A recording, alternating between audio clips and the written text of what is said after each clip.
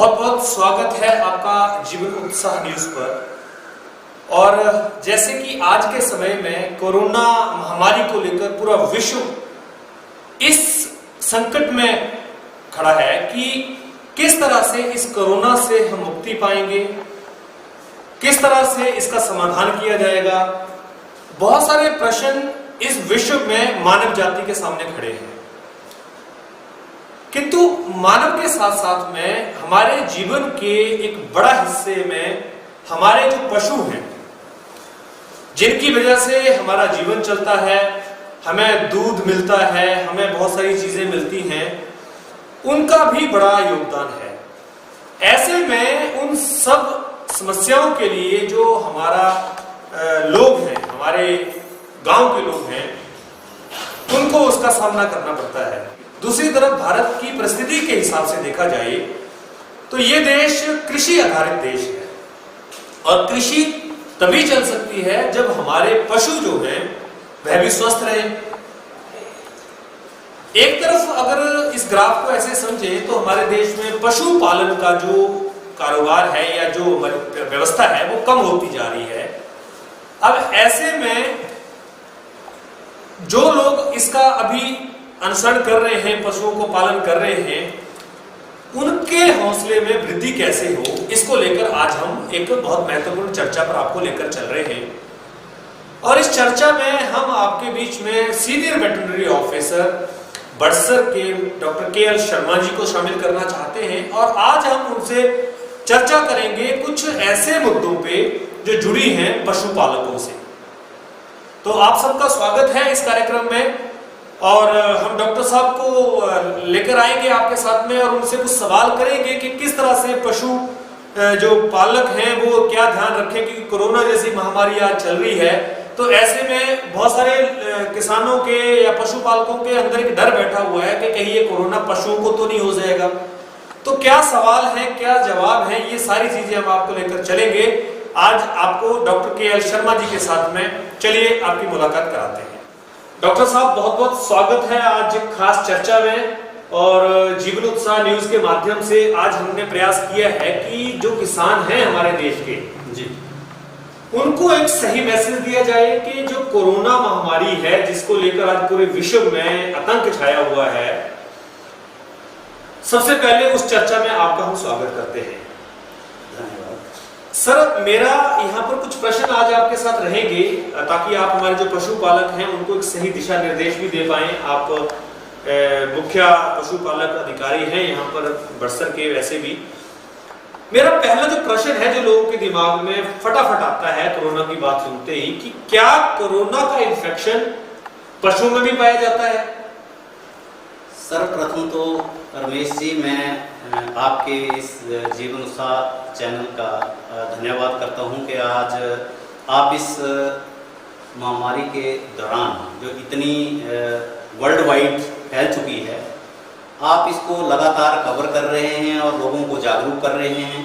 इसी कड़ी में मैं जो प्रश्न आपने रखा है कि क्या ये वायरस जो है, जो कोविड-19 है, ये वायरस क्या पशुओं में भी इसका इन्फेक्शन होता है? तो मैं आपके माध्यम से अपने पशुपालकों को ये बताना चाहूँगा कि जो कोरोना वायरस है एक्चुअल में है ये एक एनिमल वायरस है जी, लेकिन इस वायरस में कुछ म्यूटेशंस हो गई जी, और म्यूटेशन होने की वजह से कुछ ऐसी अचानक इसके अंदर कुछ ऐसी चेंजेस हैं जो इसने अपना रूप बदल लिया। और जो पशुओं में खास तौर से ये जो वाइल्ड एनिमल्स हैं या दूसरे कार्निवोर्स हैं, कैनाइन्स हैं, डॉग्स हैं, कुत्तों में ये इन्फेक्शन आमतौर पे पाया जाता है जी। लेकिन इसके सिम्टम जो हैं वो जो कोविड-19 के सिम्टम हैं उससे एकदम डिफरेंट हैं जो एनिमल्स में पाया जाता है।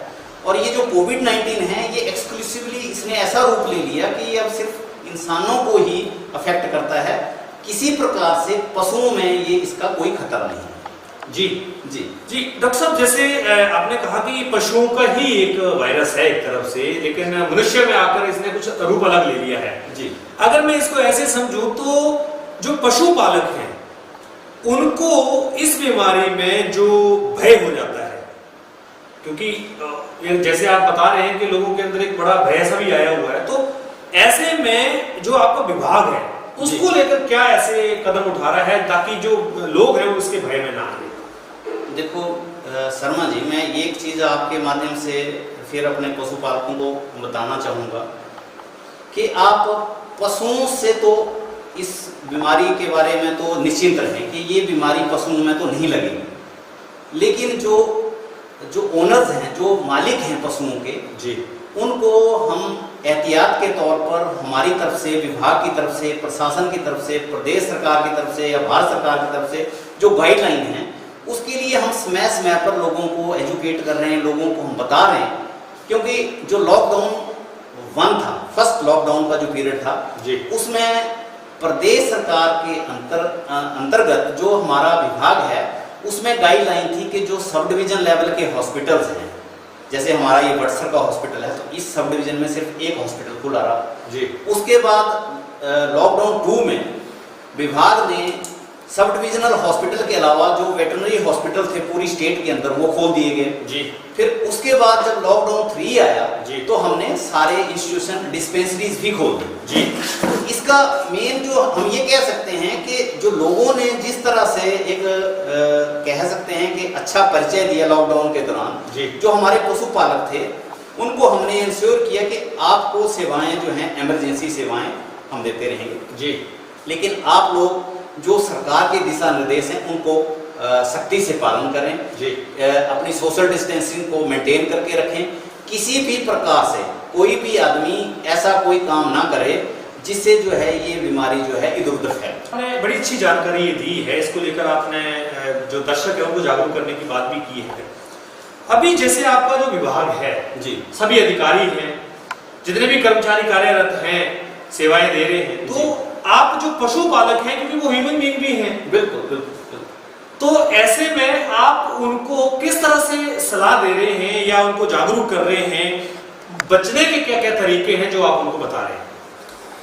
देखो सबसे सर्वप्रथम तो हमने कोशिश की है कि हमारे विभाग के जितने अधिकारी और कर्मचारी हैं, जो विभाग से गाइडलाइन है कि स्टाफ का कोई भी आदमी, चाहे वो अधिकारी है, कर्मचारी है, वो हर आदमी मास्क लगा के रखे जी। अगर हम लोग मास्क में रहेंगे तो हम फिर आगे जो हमारे पशुपालक हैं उनके लिए भी एक आदर्श स्थापित करने की कोशिश करेंगे जी, कि जब हमारा स्टाफ सारा प्रॉपर मास्क के साथ रहेगा जी, तो हमने ये विभाग को, एक तो कर्मचारियों और अधिकारियों को गाइडलाइंस दी गई है जी, कि हर आदमी इस तरह से रहेगा। हाथ धोने के लिए हमने विभाग को भी बोला हुआ है, हर कर्मचारी इस तरह से प्रॉपर, जो भी कोई केस आप अटेंड करते हैं, किसी भी तरह की इमरजेंसी अटेंड करते हैं तो प्रॉपर साबुन से हाथ धोएं। सैनिटाइजर विभाग की तरफ से हर इंस्टीट्यूशन में जो है वो सैनिटाइजर दिए गए हैं कि आप सैनिटाइजर का प्रॉपर प्रयोग करें, हैंड सैनिटाइजर यूज करें। जो सोशल डिस्टेंसिंग के लिए अपने आप भी मेंटेन करें। जहाँ जहाँ इंस्टीट्यूशन में स्टाफ, जैसे वेटरनरी हॉस्पिटल्स हैं, 3, 4, 5 लोगों का स्टाफ होता है, तो जहाँ जहाँ स्टाफ है तो कोशिश करें कि हमने शुरू में तो लॉकडाउन के दौरान तो हमने इसको अल्टरनेट कर दिया कि जैसे हॉस्पिटल में एक फार्मासिस्ट आएगा, एक पीएन आएगा और एक डॉक्टर आएगा जी। तो इस तरह से हमने इसको आगे तक लेके जा रहे हैं। और यही चीज़ें हम जैसे गाँव में जब हम ट्रीटमेंट के लिए जाते हैं, इमरजेंसी केसेस अटेंड करने को जाते हैं, तो वहाँ लोगों को ट्रीटमेंट के साथ साथ लोगों को इस बारे में भी हम अवेयर करते हैं कि भाई आप लोगों ने सोशल डिस्टेंसिंग को प्रॉपर रखना है, हाथ बार बार धोएं, आप सैनिटाइजर का प्रयोग करें और अपने आस पड़ोस में जैसे पशु का सेट है या आस पड़ोस घरों के आसपास है तो साफ सफाई का विशेष ध्यान रखें जी। अच्छा डॉक्टर साहब, बड़ा अच्छा प्रश्न यहाँ पर निकल कर आता है एक, जैसे कि ये लगातार बात चल रही है, सभी समाज के बुद्धिजीवी लोग हों जी, हर व्यक्ति एक ही बात कह रहा है कि इसका जो कोरोना का जो जब तक कोई समाधान नहीं निकल जाता जी, तब तक हमें इसके साथ ही जीना सीखना होगा। इस बात से क्या मैसेज जाता है उन सभी लोगों के लिए, क्योंकि हमारे साथ किसान भी जुड़े हुए हैं, गांव के लोग भी जुड़े हुए हैं, आप भी दिन रात लोगों के बीच में जाते हैं, तो इस बात से क्या तात्पर्य निकलता है, क्या लोगों को समझना चाहिए इस बात से? रमेश जी देखो, वायरस जो होता है ना, वायरस एक ऐसा आप कह सकते हैं कि ऑर्गेनिज्म है जी, जिसका आमतौर पे वैक्सीन के अलावा कोई और ट्रीटमेंट नहीं है जी। तो क्योंकि वैक्सीन इसकी है नहीं जी, एट प्रेजेंट जो प्रेजेंट सिनेरियो है जी, उसमें हमारे पास अल्टरनेटिव एक रह जाता है कि हम अपने इम्यून सिस्टम को स्ट्रॉन्ग करें। जी, क्योंकि देखिए, हम ये तो नहीं कर सकते कि जैसे लॉकडाउन 1, लॉकडाउन 2, लॉकडाउन 3, अब कितनी देर तक, अब गवर्नमेंट भी देख रही है कि जहां जहां रिलैक्सेशन देना जरूरी है, जी, क्योंकि हमने प्रदेश और देश को भी चलाना है। जी, तो इसमें क्या है कि ये एक साइंटिफिक, हम कह सकते हैं कि एक ऐसा ओपिनियन उभर के आ रहा है जी, कि अगर हम प्रॉपर जो हमारी गाइडलाइंस हैं उसको फॉलो करते हुए हम लोग बाहर निकलें, जी, हमारा जो खान पीन है वो बहुत अच्छा होना चाहिए, हेल्दी हमारी डाइट होनी चाहिए, जी, ताकि हमारा जो इम्यून सिस्टम है स्ट्रॉन्ग हो, प्रॉपर हमारी एक्सरसाइज बॉडी की हो। तो उसी कड़ी में एक साइंटिस्ट का एक ओपिनियन निकल के आ रहा है कि अगर हमारा इम्यून सिस्टम स्ट्रॉन्ग होगा, हमें बाहर तो आना ही आना है। जी, और अगर हम ये सोच के रहें कि हमने टोटल बंद करके अपने आप को रखना है, ये ज़्यादा देर तक पॉसिबल नहीं है, क्योंकि ट्रीटमेंट तो है नहीं और हमें बाहर भी आना है। तो जो प्रॉपर गाइडलाइन है उसको फॉलो करते हुए अगर हम लोग बाहर भी आते हैं, तो मेरा अपना पर्सनल ओपिनियन भी है, क्योंकि मैं तो लगातार, आप भी देख रहे हैं इलाका में हम लोगों ने लगातार, हम डोर स्टेप पे लोगों को सेवाएं दे रहे हैं। जी, जी, लेकिन हमने कोशिश की है कि हम अपने आप को प्रॉपर प्रोटेक्टेड रखें, और जो हमारे नज़दीक जो लोग हैं, जो हमारे फार्मर हैं, जो हमारे जितने पशुपालक हैं, हम उनको भी टाइम टाइम से गाइड करते रहें। जैसे हम लोग घरों में जाते हैं तो हम उनको थोड़ा सा प्रॉपर कि आप हमारे से डिस्टेंस बना के रखें। जी, तो अगर हम ऐसा करेंगे तो मैं ये कहूँगा कि आने वाले टाइम में हमारी बॉडी जो है एंटीबॉडीज बनना शुरू हो जाएंगे, और हम इसके लिए, अब आपने देखा होगा कि इतने लोग रिकवर हो रहे हैं। जी, तो रिकवर इसीलिए हो रहे हैं क्योंकि वायरस खतरनाक नहीं है, जी, वायरस कमजोर है, लेकिन इसका स्प्रेड खतरनाक है। जी, और स्प्रेडिंग खतरनाक है। जहां जहां इसको कोमॉर्बिड कंडीशन मिलेगी, जहां कोई बीमारी वाला आदमी मिलेगा, जो हाइपरटेंशन का मरीज है, कोई डायबिटीज का मरीज है, तो उसको, उनको ज्यादा अफेक्ट करेगा, वहां मोर्टेलिटी होने के चांस हैं, वहां डेथ होने के चांस हैं। मतलब हम कुल मिला के ये कह सकते हैं कि जिसको, जो कमजोर होगा उसको अटैक करेगा ये। जी जी जी। अच्छा डॉक्टर साहब, यहाँ एक बड़ा इंपॉर्टेंट प्रश्न है, मैं आपके बीच में जो रखना चाहता हूँ। आपके साथ में बहुत सारे डेयरी फार्मर जुड़े हुए हैं। जी जी। और सभी क्षेत्रों में दूध भी सप्लाई करते हैं, और बेसिक नीड है वो हमारी, क्योंकि उसके बिना काम नहीं चल सकता। बिल्कुल। डेयरी फार्मर्स को क्या सबसे ज्यादा ध्यान रखना चाहिए, क्योंकि वो हर घर में जा रहे हैं, बॉटल लेके जा रहे हैं, सबके साथ कनेक्शन कर रहे हैं, तो उनके लिए क्या ऐसी गाइडलाइंस है जो आप चाहते हैं कि आप वो इस बात का ध्यान रखें? देखो शर्मा जी, ये बहुत ही अहम प्रश्न है। ये प्रश्न प्रशासन के ध्यान में भी है, ये प्रश्न विभाग के ध्यान में भी है, ये प्रश्न सरकार के ध्यान में भी जी। और इसी कड़ी में विभाग ने जो हमारे जितने भी हमारे अधिकारी हैं, कर्मचारी हैं, उनको भी गाइडलाइन दी हैं जी। हमारे माध्यम से। जितने हमारे जो डेयरी ओनर्स हैं, छोटे छोटे यूनिट हैं, यहाँ प्रदेश के अंदर हमारी इतनी बड़ी डेयरीज नहीं है, छोटे छोटे यूनिट हैं, 100, 150, 200 लीटर दूध बेचने वाले जो फार्मर हैं। जी। अब हम कोशिश कर रहे हैं कि देखिए कि जहां भी आप किसी भी, ये तो मास्क के बगैर कोई आदमी बाहर ना निकले जी। जब आप मिल्किंग करते हैं हर वक्त आपके मास्क लगा होना चाहिए। जब आप डिलीवरी करते हैं मिल्क की, तब आप मास्क के बगैर नहीं जाएंगे। एक तो ये प्री रिक्विजिट है, ये कंडीशन है कि अगर आप मिल्क का काम कर रहे हैं, अगर आप डेयरी का काम कर रहे हैं, तो आप बिल्कुल नीट एंड क्लीन मिल्क पैदा करेंगे जी।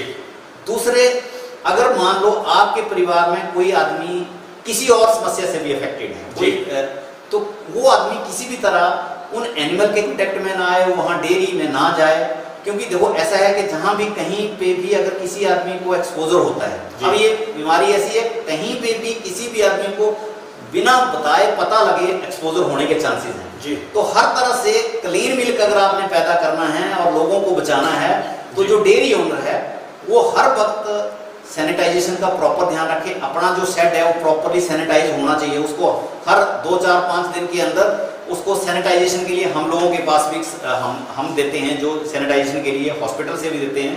तो वो शेड जो प्रॉपर सैनिटाइज हो, उसके हाथ हर वक्त मिल्किंग के दौरान, उस मिल्क निकालने के टाइम, जहाँ मैनुअल है, जहाँ तो लोगों ने कई मशीनें रखी हैं, जहाँ मैनुअल मिल्किंग है, हाथ से मिल्किंग हो रही है, तो उसके हाथ में हर वक्त हर एनिमल को दूध निकालने के बाद वो धोए, सैनिटाइजर लगाए, उसके बाद अगले एनिमल को दूध निकाले। तो इस तरह से अगर आप पूरा ध्यान रखेंगे तो मैं कहूँगा कि सवाल ही पैदा नहीं होता कि हमारे कहीं फार्मर से आगे इस तरह का स्प्रेड होने का चांस है। जी डॉक्टर साहब, मैं आपकी चर्चा से काफी संतुष्ट हुआ हूँ इस बात को लेकर के पशुपालकों को या बाकी लोगों को भी बहुत सारी बातें आपने बड़े अच्छे से बताई हैं। अब क्योंकि समय ऐसा है जिसको हमें एक्सेप्ट करना पड़ेगा जी, इसको हम इग्नोर नहीं कर सकते, लेकिन साथ साथ में ये भी है कि हमें इससे बचना भी पड़ेगा, बिल्कुल बिल्कुल, अपने समाज को भी बचाना पड़ेगा जी। तो एक सामाजिक दायित्व निभाने के लिए एक व्यक्ति को क्या क्या ध्यान रखना चाहिए, खासकर किसानों को, क्योंकि उनको खेतों में भी जाना है, कार्य भी करना है, क्योंकि उसको रोका नहीं जा सकता, अगर उसको रोकते हैं तो भूखमरी पड़ जाएगी। बिल्कुल, आगे हो सकता है कि ट्रांसपोर्ट के साधन भी चलेंगे, बहुत कुछ हो, जैसे कि सरकार भी तैयारी कर रही है। तो किस तरह से एक व्यक्ति अपने सारे कार्यों को करते हुए, अपना सामाजिक दायित्व निभाते हुए इस कोरोना महामारी से लड़ सकता है? अंत में जैसे कि आपने जो रखा प्रश्न के, हम अब क्योंकि हम उस स्टेज की तरफ जा रहे हैं जब सरकार जो है, प्रशासन जो है, हर लम्हा छूट ज़्यादा देता चला आ रहा है जी, और कहीं हमारे जो लोग हैं, हमारा जो समाज है, इस ढील को अन्यथा ना लेना जी। क्योंकि देखिए, मैंने आपको पहले भी कहा कि वायरस कमज़ोर है लेकिन इसका स्प्रेड बहुत ही खतरनाक है जी। और अगर हमने अपने आप को आगे बचा के रखना है तो मैं आपके जितने सुनने वाले लोग हैं इस चैनल में, मेरी यही अपील है उन लोगों से कि वायरस को हल्के में ना लें जी। अगर आप प्रॉपरली प्रोटेक्टेड हैं, अगर आपने सोशल डिस्टेंसिंग, ये आजकल और 2-4 दिन की बात नहीं है जी जी, इसको बहुत लंबे तक हमने लेके जाना है क्योंकि इस वायरस की रिकरेंस हो रही है। आपने देखा होगा कि कई बार जो लोग नेगेटिव हो गए जी, कुछ टाइम के बाद फिर पॉजिटिव होने के चांसेस हैं। दूसरी कंट्रीज में भी ऐसे रेफरेंसेस पाए गए। बिल्कुल बिल्कुल। तो मेरा कहना यही है आपके माध्यम से कि आप लोग भय अपने मन से निकाल दें, अपने आप को स्ट्रांग करें, इस बीमारी से अपने शरीर को लड़ने के लिए फिट करें जी। हमने अपनी डाइट को प्रॉपर रखना है, अपनी योगा करें, आप एक्सरसाइज पूरी करें। गांव में जो लोग पशुपालन से जुड़े हैं, चाहे कोई एग्रीकल्चर से जुड़ा है, चाहे कोई हॉर्टिकल्चर से जुड़ा है, मेरा सारे किसानों से, सभी पशुपालकों से यही अनुरोध है कि आप इससे डरे ना, लेकिन जो सरकार के निर्देश हैं उनको सख्ती से अपने जीवन में आगे भी ढालें, क्योंकि ये ऐसा नहीं है कि 2-4 दिन या 10 दिन या 1 महीने या 2 महीने में, क्योंकि वायरस का जब तक हमारे पास वैक्सीन उपलब्ध नहीं हो जाता, हम लोगों को इसकी प्रिकॉशन रखनी ही रखनी है, अपनी बॉडी को तैयार करना है ताकि हमारा जो शरीर है इसे लड़ सके। इसलिए अपील यही है कि जो दिशा निर्देश हैं, सोशल डिस्टेंसिंग है, हाथ आप प्रॉपर धोएं, इसको अपनी व्यक्तिगत लाइफ में परमानेंटली ढालें जी। और वो दिन दूर नहीं है जब ये कोरोना की मैं बात नहीं करूंगा, अगर हम लोग इस तरह से जीवन अपना ढाल लेंगे तो और भी किसी तरह की समस्याएं और जो दूसरी और भी समस्याएं हैं हम उसको भी कवर कर लेंगे। और आने वाले समय में हमारा जो इम्यून सिस्टम है, क्योंकि हमारे जो इंडिया में हमने देखा कि दूसरी कंट्रीज की निस्बत हमारे देश में जो है फिर भी इतनी बड़ी पॉपुलेशन होने के बावजूद भी हमारी जो रिकवरी रेट है वो बहुत अच्छी है जी। और उसका एक ही मात्र कारण है कि हमारा इम्यून सिस्टम स्ट्रांग है और हमने इसी को आगे कंटिन्यू करना है और हमें पूरा भरोसा है कि हम इस बीमारी से बाहर निकल आएंगे। जी सर। डॉक्टर साहब, बहुत ही महत्वपूर्ण चर्चा रही आपके साथ में, बहुत ही अमूल्य विचार आपने लोगों को दिए हैं। इस चर्चा में आप बने हमारे साथ में, इसके लिए आपका बहुत बहुत धन्यवाद। और हम विश्वास करते हैं कि आगे भी आप इसी तरह से अपनी सेवाएं देते रहेंगे और जो लोग आज जागरूक नहीं है किसी वजह से, उनको जागरूक करने के लिए आप हमारे साथ में सहयोग करेंगे। जी जी। ये हमारे साथ रहे doctor KL Sharma ji, senior veterinary officer Badsar, और इन्होंने आज हमें जो जानकारियां दी पशुपालकों के लिए, हमारे किसानों के लिए और हर उस व्यक्ति के लिए जो गांव से जुड़ा है, क्योंकि हमारे देश का इतिहास वैसे भी गांव से जुड़ा है। कोरोना भले ही एक महामारी हो, लेकिन हमारे विश्वास और हमारे धैर्य से हम जीत सकते हैं।